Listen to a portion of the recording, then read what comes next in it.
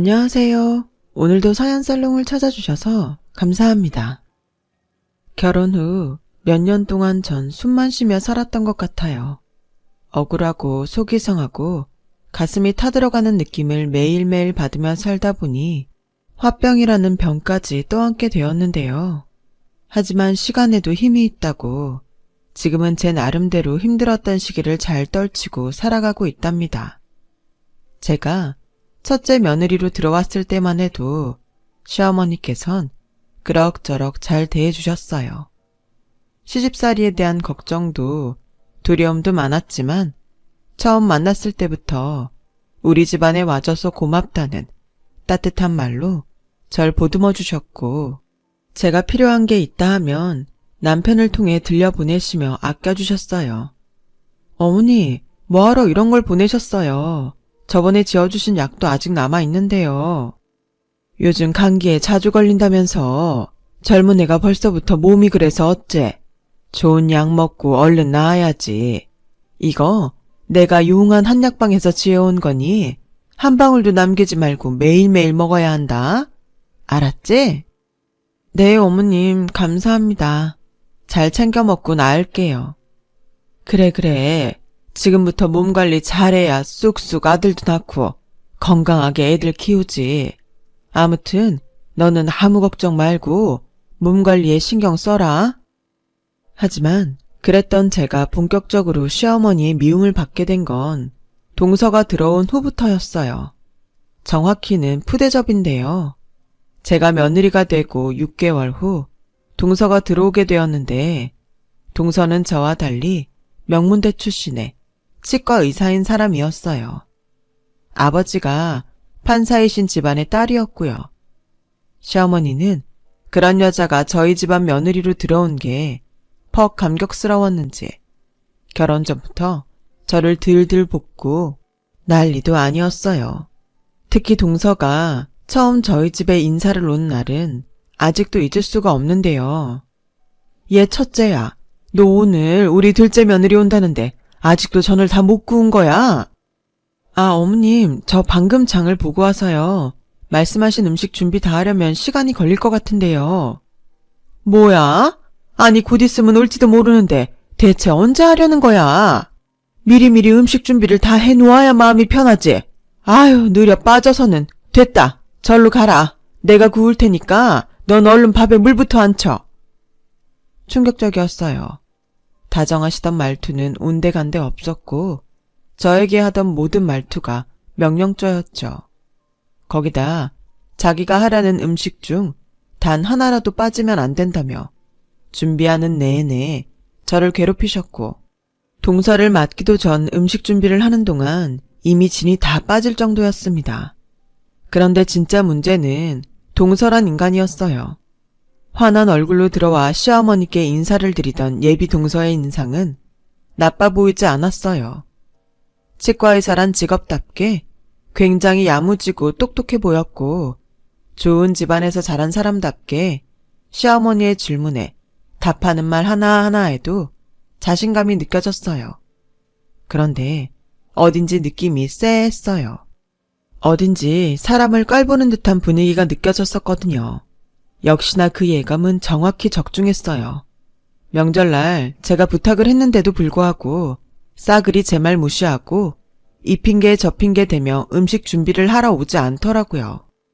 그날도 그랬습니다. 늦지막이 들어와선 새초롬하게 인사를 하더니 갑자기 반찬을 보며 인상을 찌푸리는 거예요. 무슨 일인가 싶어서 동서를 봤는데 하는 말이 글쎄 과관이었어요. 어머 형님, 반찬이 왜 이래요? 어제 말씀드렸잖아요. 저 고기 안 좋아한다고요. 고기 비린내도 맡기 싫어요. 그래서 고기 말고 나물 위주로 준비해달라고 부탁드렸는데 그게 그렇게 힘드세요? 어머니, 섭섭해요. 저 분명히 형님께 말씀을 드렸는데 형님 도대체 저한테 왜 그러시는 거예요? 저한테 악감정이라도 있으신 거예요? 아, 얘가 또 실수를 했구나. 그래 미안하다 첫째야. 넌 도대체 왜 이리 실수를 반복하는 거야? 둘째 아가가 너한테 부탁까지 했다는데. 둘째야, 마음 풀거라. 내가 단단히 혼을 내마. 얘가 좀 덜 떨어진 구석이 있다. 내가 시키는 심부름도 제대로 이해 못하는 애야. 네가 그냥 아량 넓게 이해해다오. 이해하는 것도 한두 번이지. 형님이 저런 식으로 절 대하는데 제가 왜 매번 형님 편의를 받으려야 하나요?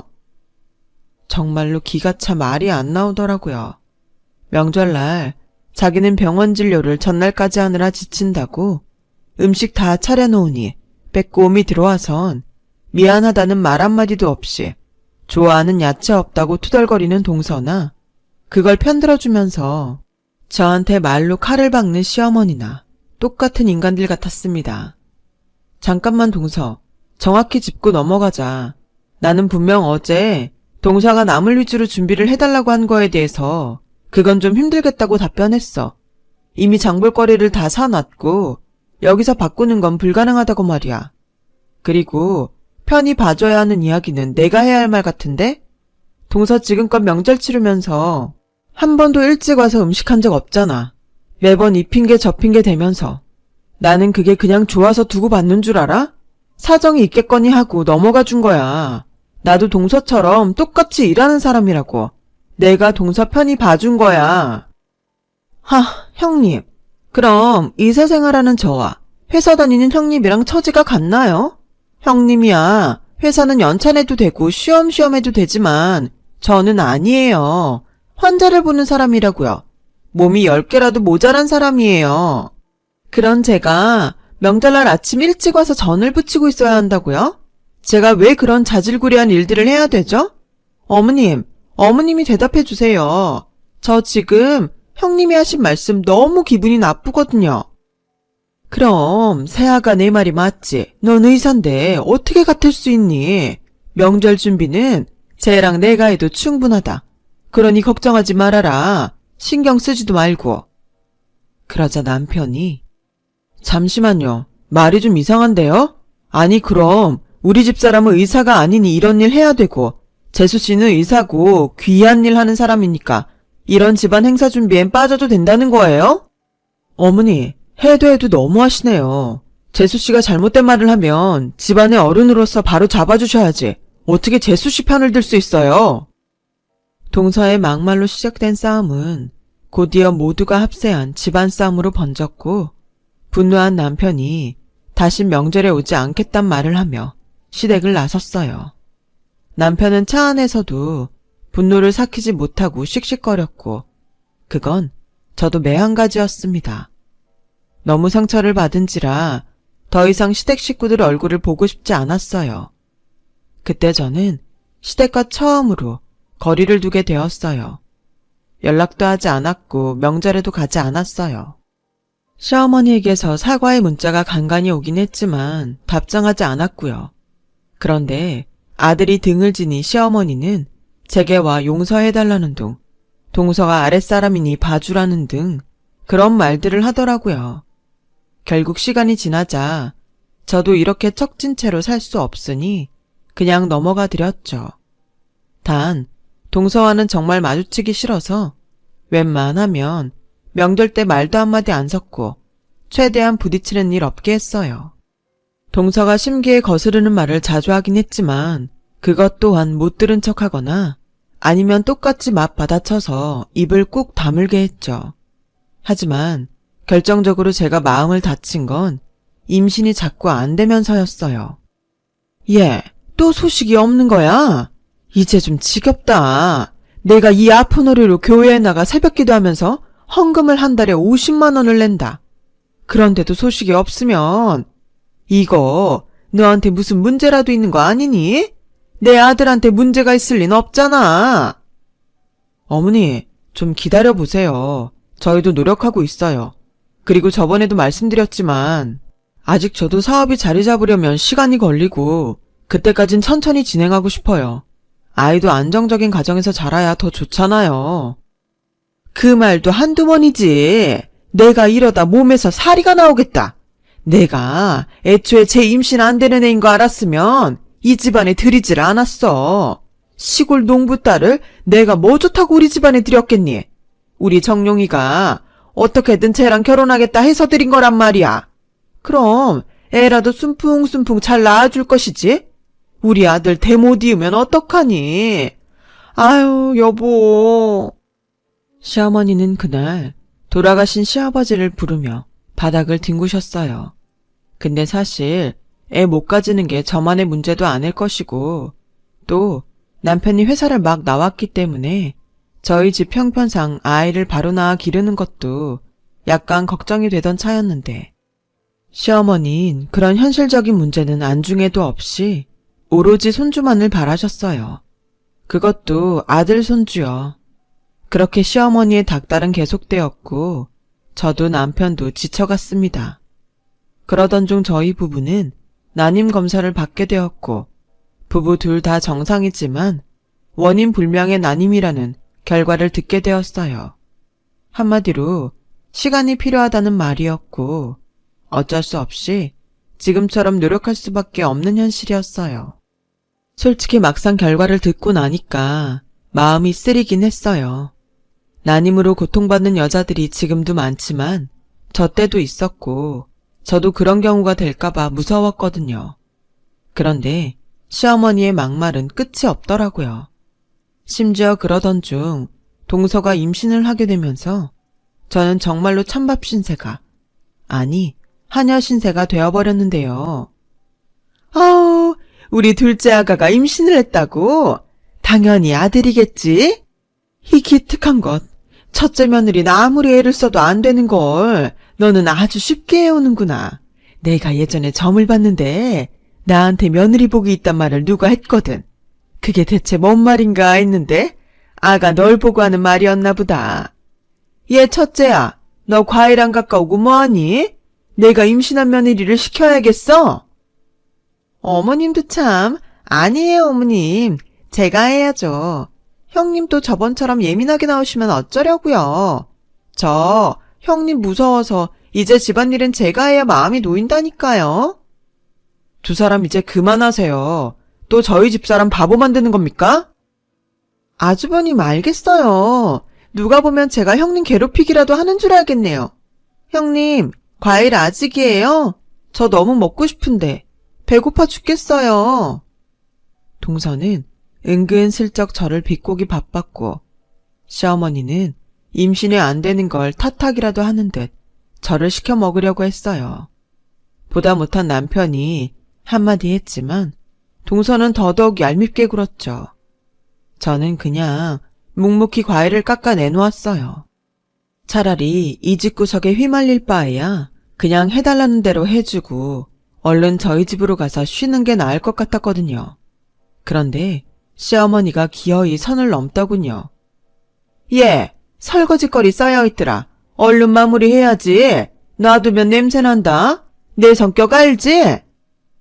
임신하면 어디 손도 못 쓰나요? 시어머니는 동서 과일도 못 갖게 하더니 이제는 설거지까지 저한테 다 떠맡기시더라고요. 동서는 당연하다는 듯 웃으며 저를 쳐다보고 있고요. 그러면서 저 때문에 형님이 고생이 많아요 하고 한마디 던지는데 열받아 죽는 줄 알았어요. 지금 사람 약 올리는 것도 아니고 말이죠. 제가 고생이 많은 줄 알면 본인이 나서야 할 텐데 엉덩이를 깔고 움직일 기미를 보이지 않으니 이건 그냥 저만 죽어라 고생하라는 말이었어요. 그렇다고 여기서 임신한 동서에게 설거지하라고 윽박지르는 것도 웃기고 하고 싶은 말이 목구멍까지 차올라 왔지만 부처님의 마음으로 겨우 참아 넘겼어요. 제가 쌓인 설거지를 하는 동안에도 두 사람은 계속해서 미주알 고주알 이야기를 이어갔어요. 하하호호 거실에서 웃음이 끊이지 않더군요. 아, 어머님, 이거 저번에 백화점 갔다가 어머님 생각이 나서 하나 사와봤어요. 어머님께 이 색깔이 너무 잘 어울릴 것 같은 거 있죠? 어머나 세상에, 이게 뭐야? 이거 그 유명한 샤넬 가방 아니야?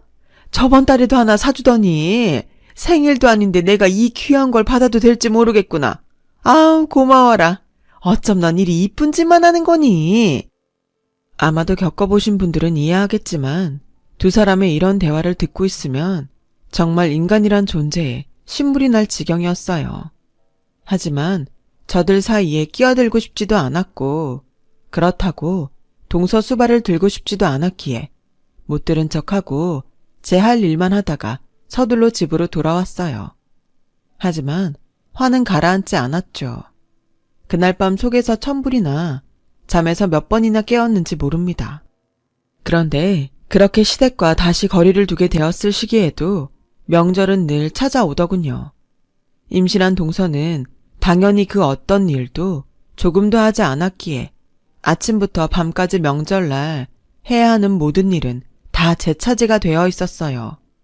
아침부터 전 부치고 과일 깎고 온갖 짓을 다 하니 절로 윽 하는 신음소리가 흘러나오더라고요. 동서나 서방님이나 시어머니 모두 도와주는 척은 했지만 다들 아무도 적극적으로 나서지 않았어요. 정말 그야말로 척만 했거든요. 그날도 그랬어요. 시댁 식구들은 부엌에 들어와 도와줄까요? 묻더니 제가 대답도 하기 전에 거실로 홀라당 가버리고 남편만이 절 도와서 겨우겨우 명절 준비를 거의 끝내가던 참이었어요. 여보, 당신 고생이 많아. 얼른 이것만 끝내고 우리도 집 가자. 그래요. 나도 오랜만에 무리해서 그런가 허리가 뻐근하네. 그런데 그때였어요. 동서가 기어이 또 성질을 긁더군요. 고단하게 일을 다 끝내고 이제 좀 쉬겠다 싶었을 때 동서가 갑자기 저보고 그러는 거예요. 형님, 나 족발이 먹고 싶은데 족발 좀 사다 주면 안 돼요? 동서, 고기라면 질색하던 사람이 임신했는데 역하지 않아? 아니요. 오히려 임신하니까 고기가 더 땡기는 거 있죠? 저 족발 대짜로 사다 주세요. 부탁해요. 아우, 우리 아가가 족발이 땡기는구나. 그럼 얼른 사다 줘야지. 예, 이 돈으로 사와라. 지금까지 이 고생을 하며 일을 끝내고 겨우 숨을 돌려 쉬려던 차에 족발 주문이라니 어이가 없어 입을 벌리고 서 있는데 동서는 오늘 못 먹으면 죽을 기세로 징징거리더라고요. 뱃속에 아이가 족발을 너무 원한대나? 족발 안 먹으면 오늘 잠을 못 잘 것 같다나 이런 말들을 하면서요. 동서, 미안한데 내가 지금 몸이 아파서. 여보, 당신이 좀 갔다 와줄 수 있어요? 알겠어. 내가 갔다 올게. 당신 쉬고 있어. 하루 종일 일했더니 도저히 이 몸으론 가기 힘들 것 같아 어쩔 수 없이 남편에게 부탁한 거였어요. 그런데 세상에 제가 뭐라 따질 새도 없이 시어머니가 다다다 쏘아 붙이더라고요. 아니, 그깟 족발 사오는 걸 무슨 우리 아들을 시킨단 거야. 너는 윗사람이 되어서 애가 먹고 싶다면 족발 좀 사올 수도 있지. 그게 그리 귀찮아? 됐다. 내가 사오마. 아가 기다려라. 내가 사올 테니. 그리곤 족발을 사러 나가셨습니다. 동서도 저에게 내심 섭섭하다는 말을 입모양으로 전하더군요. 대체 이게 뭔 상황인지 그때부터 서서히 견딜 수 없는 열이 올라오기 시작했어요. 동서는 아이처럼 신나하며 족발 언제 오나 기다리고 있고 제가 뭘 잘못했는지 모르는데 마치 죄인이 된 것 같은 분위기가 만들어졌더라고요.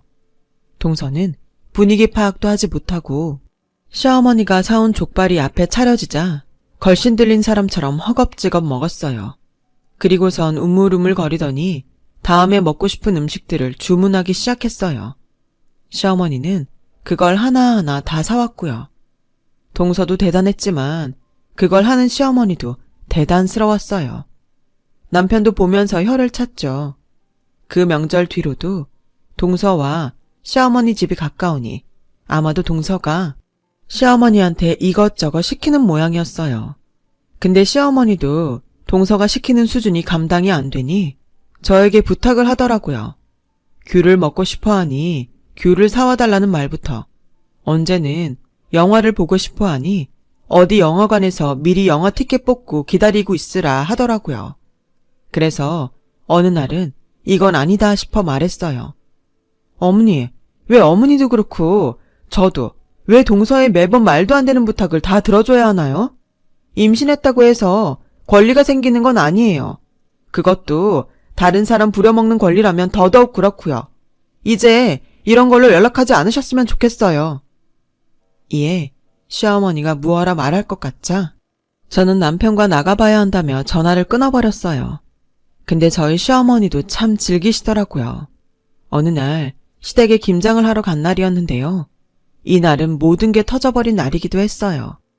당연히 동서는 거실에서 TV 보며 놀고 있었고 저와 시어머니 둘이서만 김장을 하고 있었어요. 그런데 시어머니가 저에게 조용히 속삭이시더라고요. 얘, 너 내일 백화점 명품 매장 가서 3시간만 좀 서 있다가 가방 하나 받아와라. 얘가 추운 날엔 만삭인 채로 못 서 있으니까. 내가 가려 했는데 도저히 허리가 안 좋아서 못 가겠다. 어머니, 말씀드렸잖아요. 저는 그런 거 좀 해줘라. 그거 뭐 어려운 일이라고. 고작 3시간인데 그게 그리 어려워. 시어머니를 그 추운 날 아침에 서 있게 해야겠냐? 시어머니는 본인이 감당이 안 되니 또다시 심부름을 저한테 떠넘기려는 거였어요.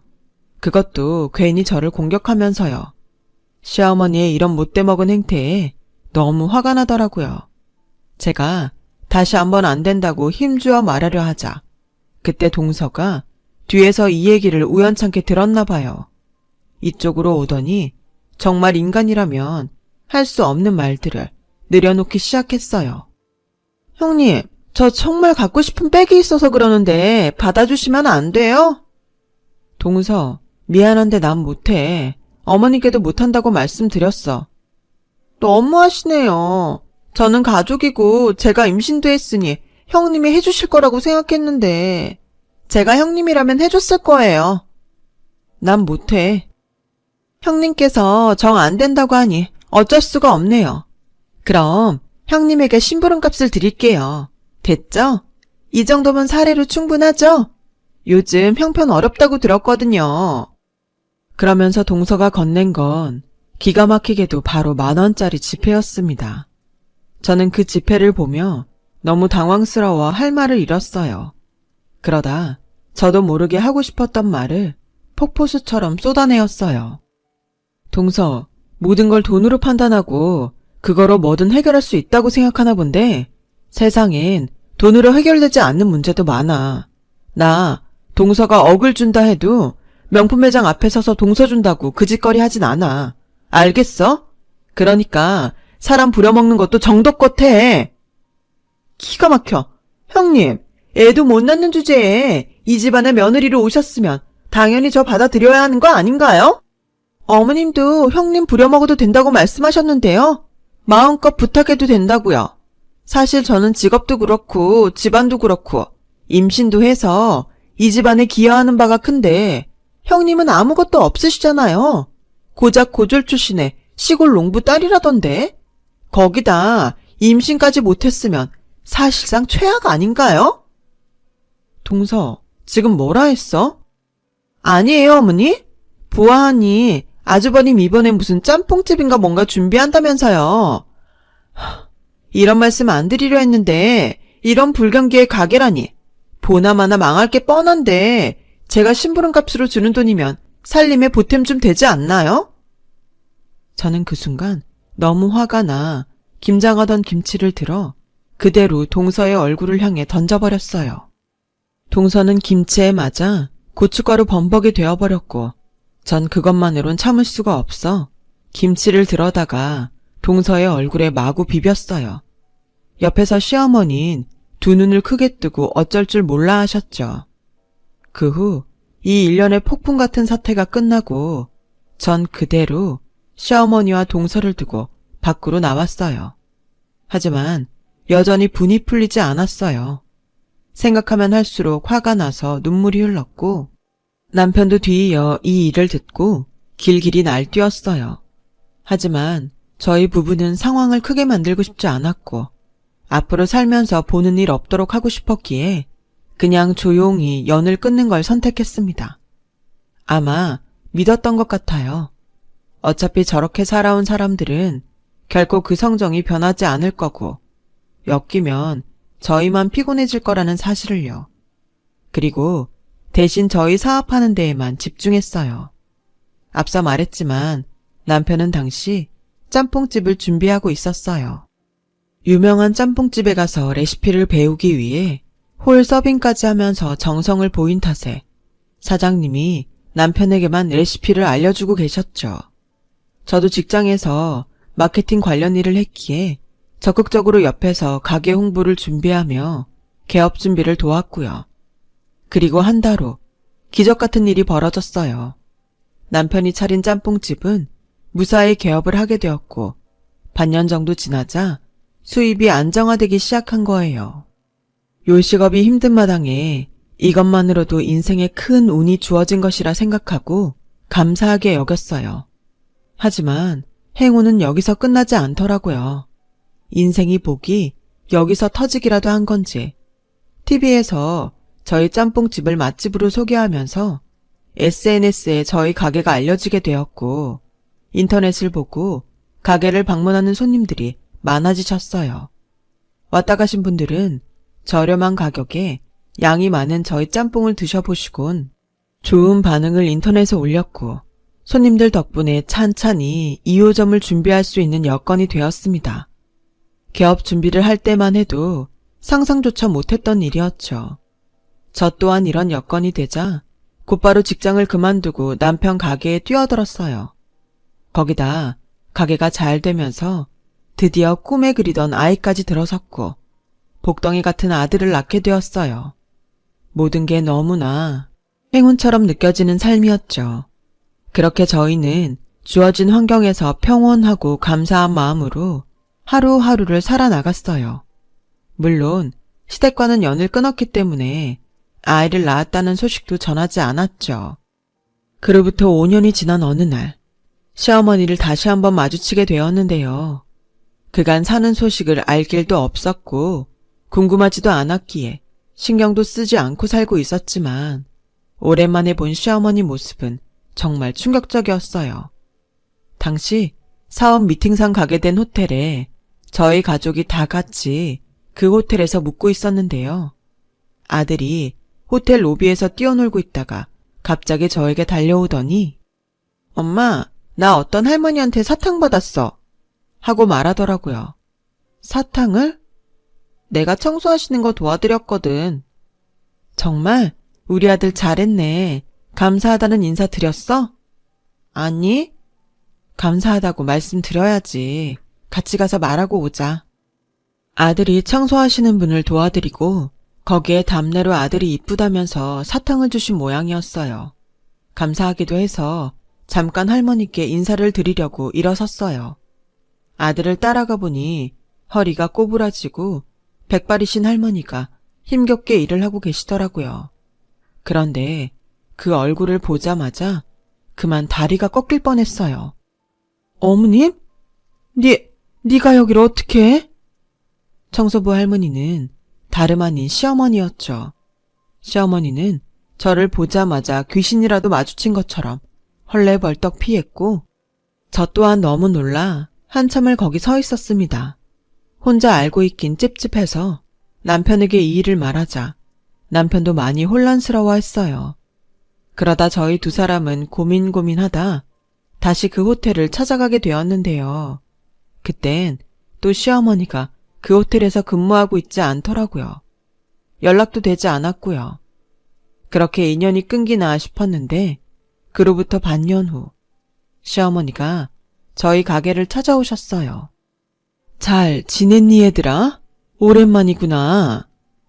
남루한 행색의 시모는 저희에게 대뜸 밥을 좀 줄 수 있냐고 물으셨고 저와 남편은 놀랐지만 일단 시모가 너무 힘들고 지쳐 보여 자리에 앉혀놓고 짬뽕을 내왔어요.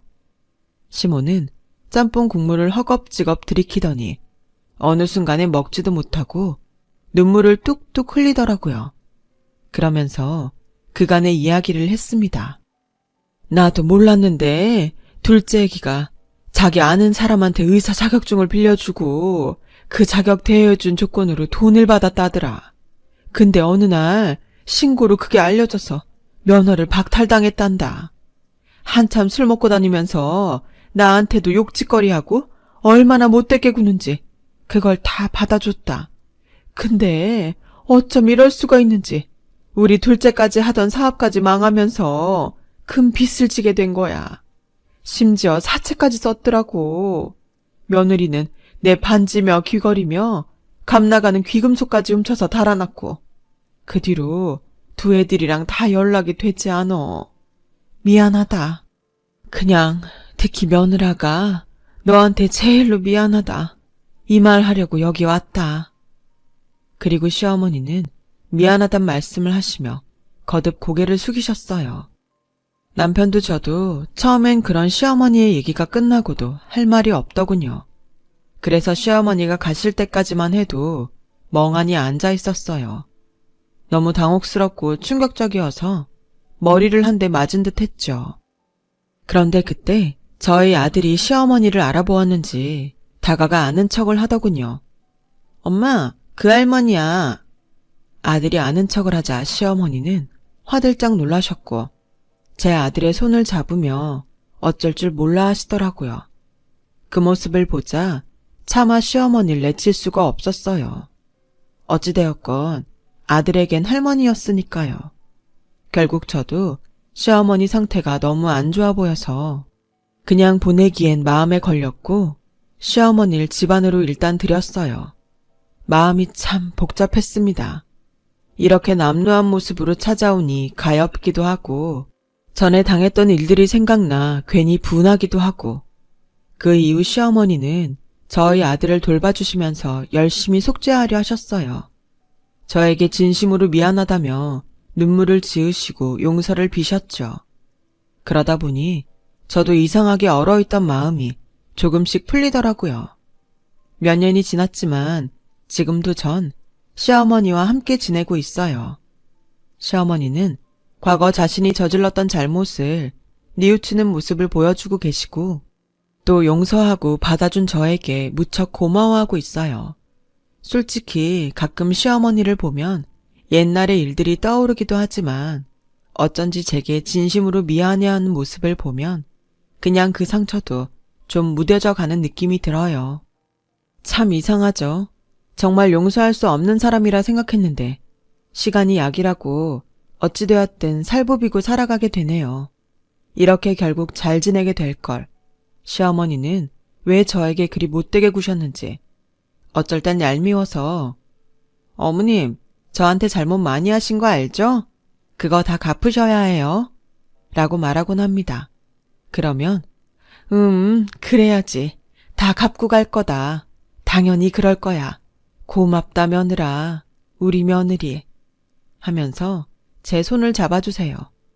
아무튼 오늘 주저리 제 얘기를 해보았는데 쓰면서 어쩐지 옛날 생각도 나고 지난 과거를 흘려보내는 것 같아 마음에 많은 위안이 되었네요. 제 이야기는 여기까지입니다. 들어주신 분들 모두 감사하고요. 여러분의 가정에 평안함이 가득하길 바랄게요.